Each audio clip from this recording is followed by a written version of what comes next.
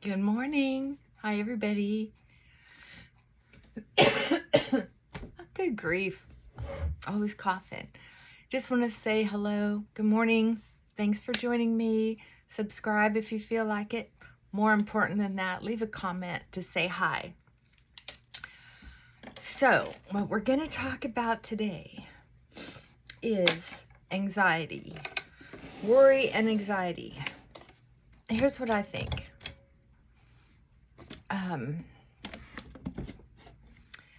I think worry is what we do in our heads when we're concerned about something. Anxiety is the physical response to our thoughts. Anxiety is that static feeling, and it can get very intense to where we cause so much tension that our body comes in without us really realizing it, and it tightens the muscles around our chest area, around our heart area. And and then after a while, when we try to breathe, it causes a contraction, a tenseness, which can feel like a heart attack, right? Or sometimes it's in our neck, keeps us from bending. Oh, that's where I usually get mine. I do have those little anxiety attacks on occasion.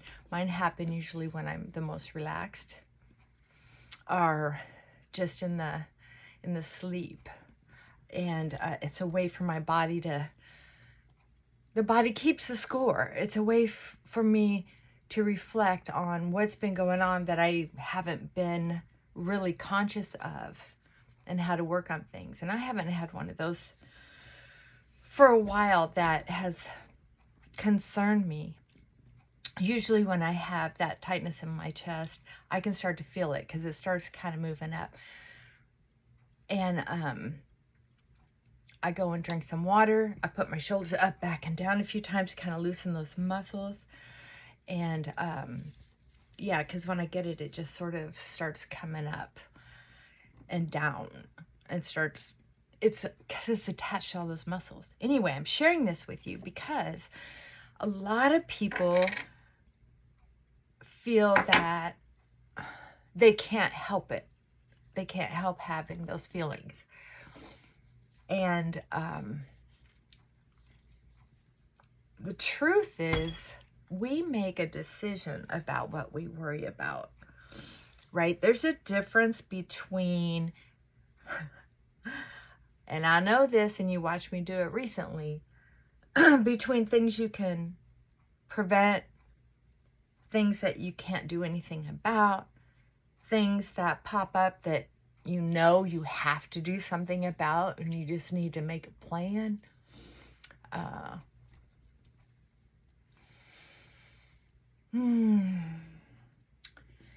There's a lot of different ways to handle what initially starts as stress. Oh, stress. So the important part is actually to differentiate between, can you see Frankie? Where's he at? Oh, he's just sleeping. Hudson had to go home. Yeah. So,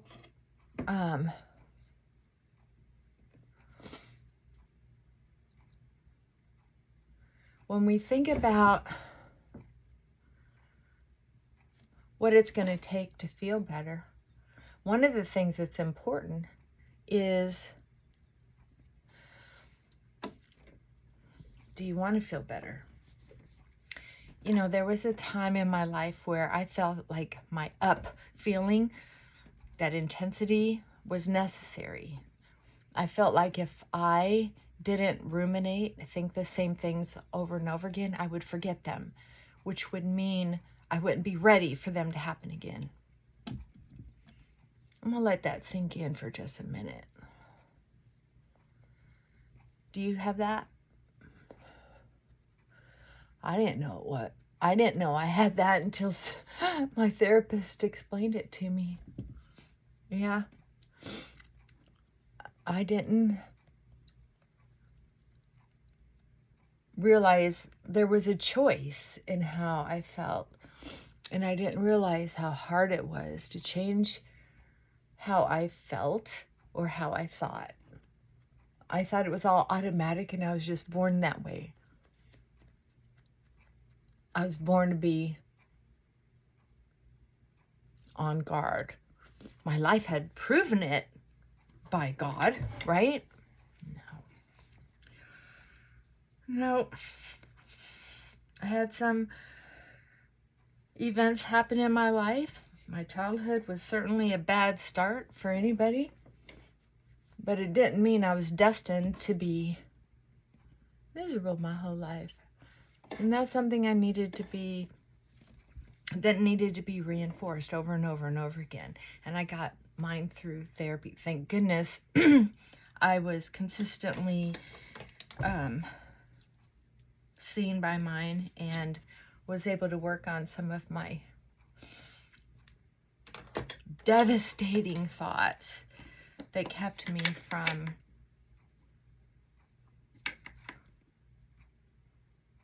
this is a worthless makeup brush. I got it through Timo.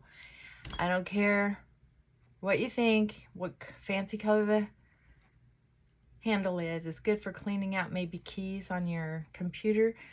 So I'm just using it for my lightest powder, which I don't have much of, and I probably won't replace it. And I just kind of barely, I just tap it across it. And it's not even that it feels great. It just, okay, that's more than enough powder. I'm creating more wrinkles. Okay, so here's the thing about, we worry about something or we're on guard about something, ruminating. And sometimes it's not even up here. Sometimes it's just back here. This message that says, I'm ready. Or what do I have to do to get ready? Or, oh, I'm never ready. You know, you have to kind of, and that's why pen and paper are good for that. You got to write things down sometimes to get them out of your head so you can do the math. Oh, yeah. And okay, a sidebar, I'm going to tell you this. There are a couple therapists that I have liked over the years. I've only been doing the YouTube thing for, even being on it to explore other things for about maybe 5 years, 4 years. Yeah, I think I started in, 4 or 5 years, just since I've been in Tennessee. And that's because, what color am I going to use today? These are my two oldest ones. These are from Believe. I just,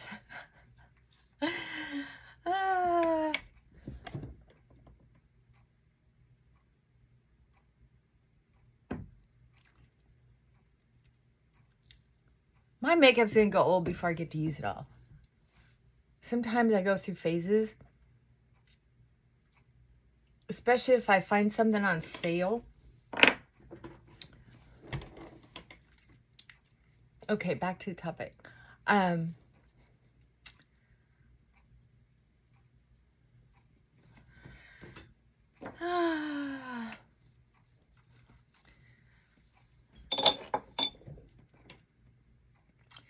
don't come all the way to the corner. I stop just short of the corner because there's so many wrinkles in here. I feel like it takes away from there. And then it also is sort of one of those optical illusions, I guess, because I have so much distance from my nose to my lip that even the smallest amount to kind of fill in that there kind of gives me a little bit. Plus, if it's shorter here, it looks a little plumper here. Yeah. Is it a big change? No. But also, most importantly, it keeps any kind of wrinkling or the lipstick from getting into the wrinkles on here, impossibility. Oh, God. I fought that for a little while before I figured out how not to, just don't go all the way to the corner. I'll use a little bit that one that I used last time I was on here, just to soften it up a little bit. Okay, back to the topic. So, when we're feeling anxiety, we can either handle it from the bottom up or the top down. Or, I like to do both, right? You have to start somewhere though. Choose which one you're going to do first, which will help.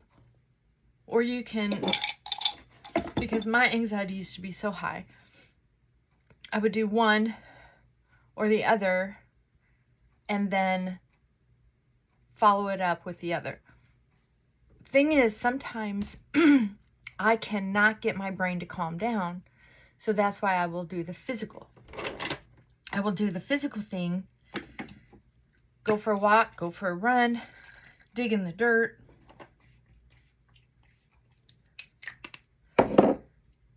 To make sure I'm getting all those body chemicals worked out. For you, it might be working out in a chair, tapping. You can look up tapping and just feel where you're at. There's a tapping scenario. Oh God, what's his name? Bill Yates. Look him up. He'll help you figure this out. And if you do this tapping, it's amazing. It helped me get over grief substantially with the relationship I had with my mother. That's the truth. That is the truth. I didn't know it was grief. I didn't know it was sadness. I thought it was just anger. Self-righteous anger. I didn't realize it was also grief. Because those things happened. Anyway, feelings are a lot easier to figure out if you're willing. You got to be willing. You got to be willing. And once I was recognizing how suicidal I was and how I could live a different life, without killing myself, I thought, all right, I'll give it a shot. Why not? I mean, anyway, so then, if you do it from the top down, you write things down that are bothering you, exactly what's on your mind. For me, today, I recognize there are several things that I can do to clean up some little loose ends up here. I already know that I have to get a hold of my tax person. So there's a star by that one. There's a star by that one. I know exactly what to send my friend Chris because she told me what to send her if I felt like ever getting her anything. So I'm going to do that. And then, but it doesn't get a star. The taxes are a star. I have to do that today. Rearrange my passwords for easy access. My passwords are all messed up. They're all in line for how I added them. So the ones that I need, I have to scroll through this page over and over. And sometimes I miss it. So I have to rearrange that. But it doesn't get a star. I worked on my monkey grass. Yesterday. I can't tell you. So I got it free from this lady. Yay! And it only cost me $50 to have it dug up. And she got to have her landscaping freed up from all this monkey grass she didn't want anymore. Oh my God, what a good deal. So anyway, I worked on separating it, and I have enough to go around one of my trees. So we're going to do that later. I'm going to show you. I do believe I'll have enough privacy to do that today. And I only have one client today. So it's going to be like a mini vacation for me. And if I have to write the IRS check, okie dokie. I want to, my dad used to be such, he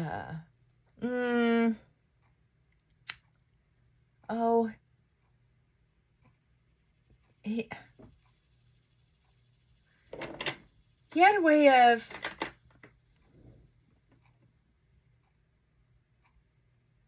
when we were young, he had a way of really earning respect. He just seemed like a small man with a big stick kind of attitude. I don't know if you understand what, I think there was a John Wayne movie. It's just like, there was something about him that, or maybe it's just because he was, you know, our dad.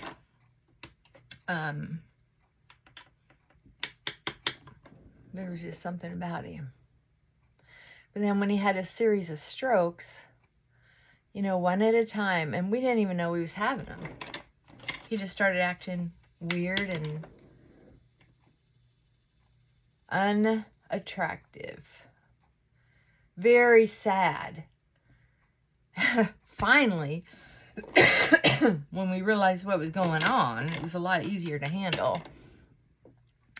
Thank you, God, for that, because it was hard to watch. And we were young enough. I mean, we didn't know.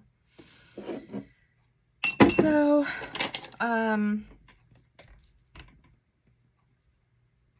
where did that tangent come from? Anyway, I'll just add it to the list of when we have to write down things that are bothering us, don't be vague. So if I did add my dad's acting like a crazy person. He's acting like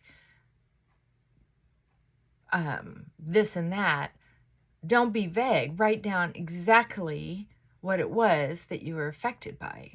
So, for instance,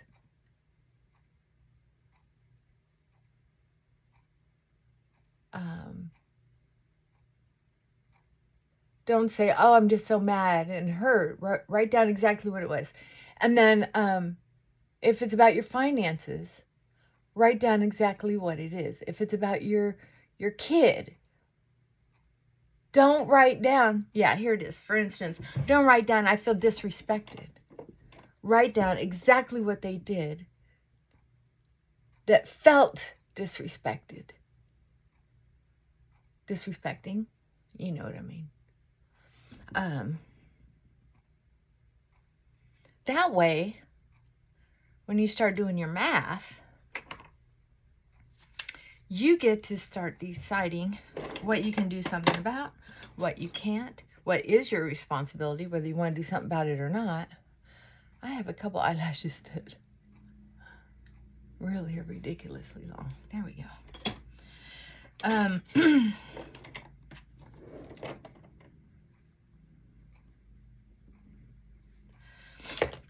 So if I write down my stepson disrespected me,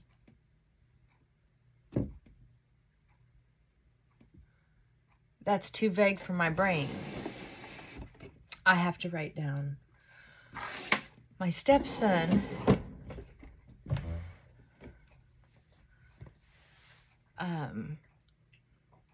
uses me for free dog sitting, right? Well, when I sit down and do the math about it, a light bulb's going to go off because, first of all, I love having that dog in my house. I love having that dog in my house. And the dog's in my house so often that it feels kind of like my dog. And if he takes the dog away, it'll be sad. But I also know it's not my dog. Plus, my son is paying the vet bill. So kind of win-win, right? When I do that math, what happens is then I realize it's not the dog I'm mad about. It's not babysitting the dog I'm mad about. It might be he's not giving me any dog food and I feel like he's kind of taking advantage. So that means I can either say, hey, do you mind tipping in on some dog food or dog treats? Or because I don't want to say that, because I don't know how, or I'm scared, then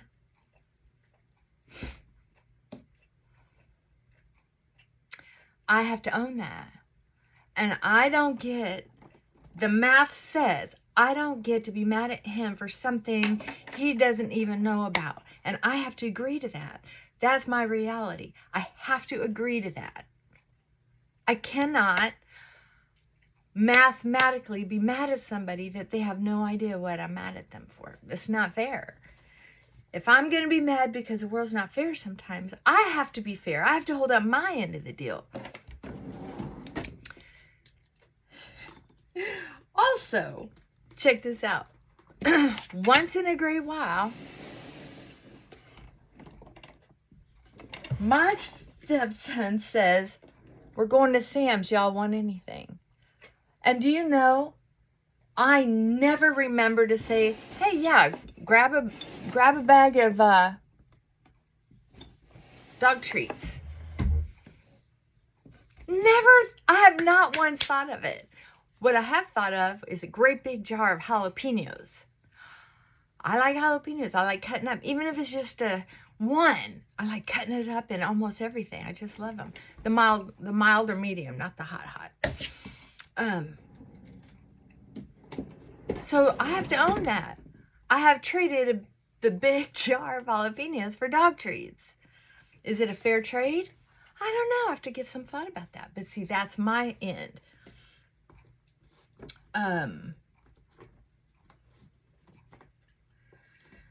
So you kind of get my point. So that's the top down, how to figure it out. The bottom up is going for a walk, digging in the yard, doing the tapping.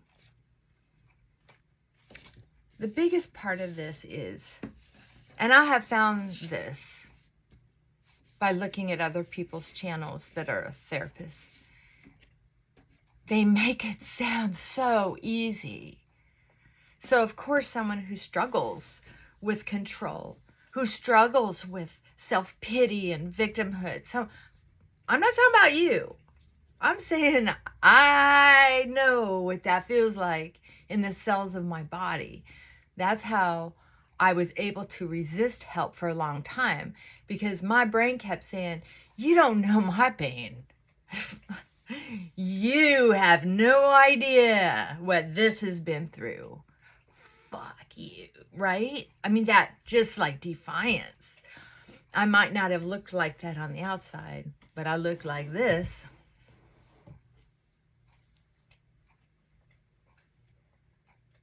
Right? It came out in passive-aggressive ways as well.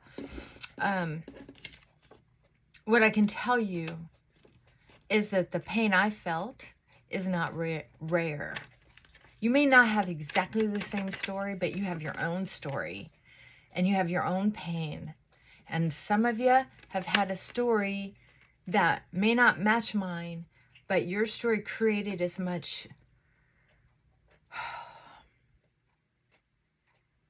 darkness as mine did, right? So when there's these therapists on YouTube, or Frankie, that's enough. Good boy. They make it look so easy. They say it as if it's just follow these instructions and these directions, and you won't feel the anxiety anymore. You'll be able to practice these steps. And they just sound so...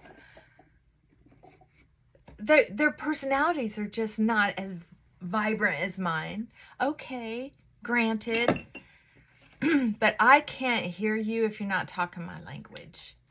You know what I mean? And I'm sorry about that, and it's no offense.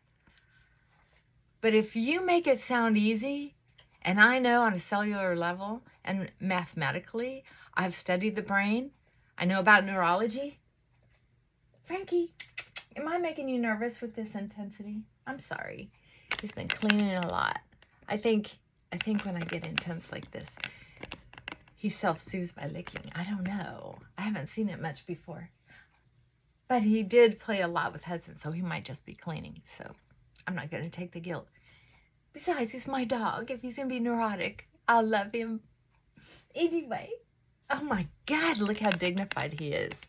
Is there any way to get a close-up of him? No, I don't know how to do it. All right, so what I'm telling you is this.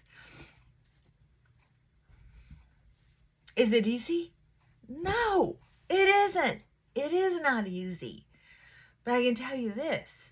The more dedicated you are, the more your neural pathways, the way your brain processes information will change over time. And I can tell you, the first couple times I noticed that my response time had increased. That's a huge step. I used to think an event would happen and I had to respond. Boom. Like if someone said something to me, especially when they live in the same house, so those buttons are ready and waiting, right? When I was able to slow down that response time and think, oh, I see I'm about to do the same thing, and be able to stop.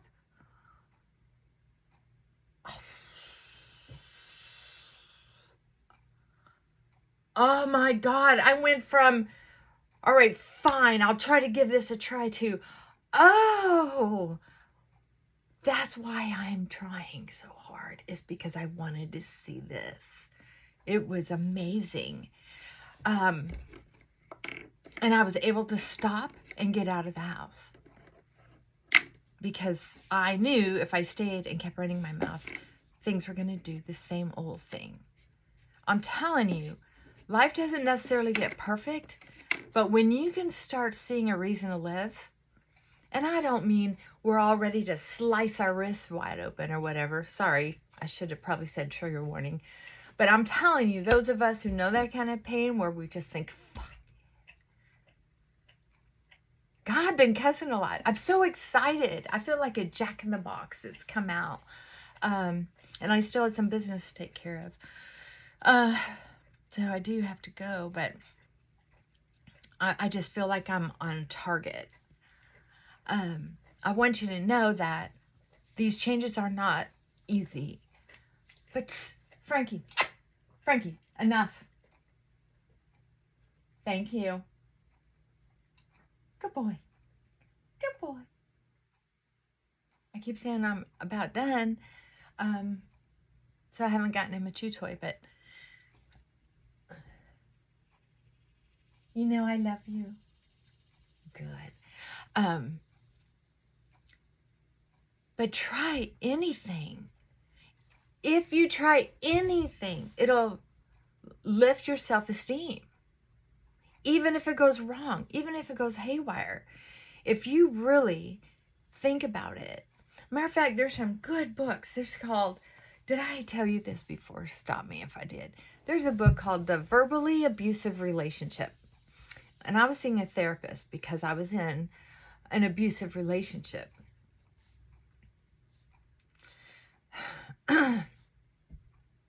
So my therapist prescribed this particular book so I would have more tools on how to deal with this relationship. And halfway through the book, I realized the book was talking about me. It was talking about me. My mouth, some of my attitudes, some of my facial expressions. Hey, this is a lot for anybody. Matter of fact, I'm glad you're here because I know, like Chris says, one of the notes was written on that smaller box that was inside the bigger box, said, careful. It's fragile. It's very fragile, just like you. I am. I'm very sensitive. I'm very fragile. I admit it. It used to hurt my feelings. But you know what? She's right. And that's why it was so hard for me to heal. It's because as I was working hard, I would be re-injured. I was working hard, and if it didn't go exactly right, I was re-injured again. Oh my God. So I had to have a lot of courage to keep pushing through. If your therapist or your friends don't know that, the people you're venting to, maybe invite them to the subject of how hard it is to change. The narrow pathways are hard to change. That's why most people don't do it. Kind of choked me up. It's accepting that I am ultra sensitive. I am fragile. Not so fragile that I'm breakable. No. The only one who can break this is me. And I'm not going there anymore. No. I might be immobile or a wind chime blowing in the wind, but I can also be beautiful, right? It's okay to accept that I'm fragile, excitable. I am. Sometimes I'm overexcitable, and that's why I'm still doing my work. Oh, come with me. Come do this work with me, because I don't like doing it by myself. Right? There are a lot of classes. There's a lady who has counseling online. Her name, what's her name? Anyway, her channel's called Therapy in a Nutshell. She's a sweetheart. She's had her path as well. She shares some personal stuff as well. And she has a friend, Nick Wignall, I think. Anyway, she looked for their videos together because she talks about his class on anxiety. It sounds like it's fairly affordable. I didn't look into it because I have my own stuff going on. And I've already taken so many classes on that. But I invite you to do that. Look into it if you want, because it can kind of help you maybe understand where I'm coming from, so that you understand from other therapists too that this is real. It's just they're so gentle and quiet about it that I'm glad I didn't follow them when I was really in pain, because I wouldn't have believed them. I wouldn't have taken them seriously because they're just too nice. But a lot of you that have been corresponding with me, y'all seem so sweet. So you may have that style that can appreciate that gentleness. I know that today I love your gentleness, your supportive personalities, and I just really am grateful. So with that, I need to get going. Leave any comments you want. I'll try to get back. And if I can't answer each one, I'll put a little love you icon on there. And I will jot down what you said so that I can make a comment on a video. It might be more expedient that way, like I did on the last video. That was fun. I just love hearing from y'all.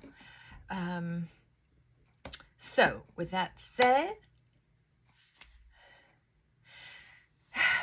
bye for now.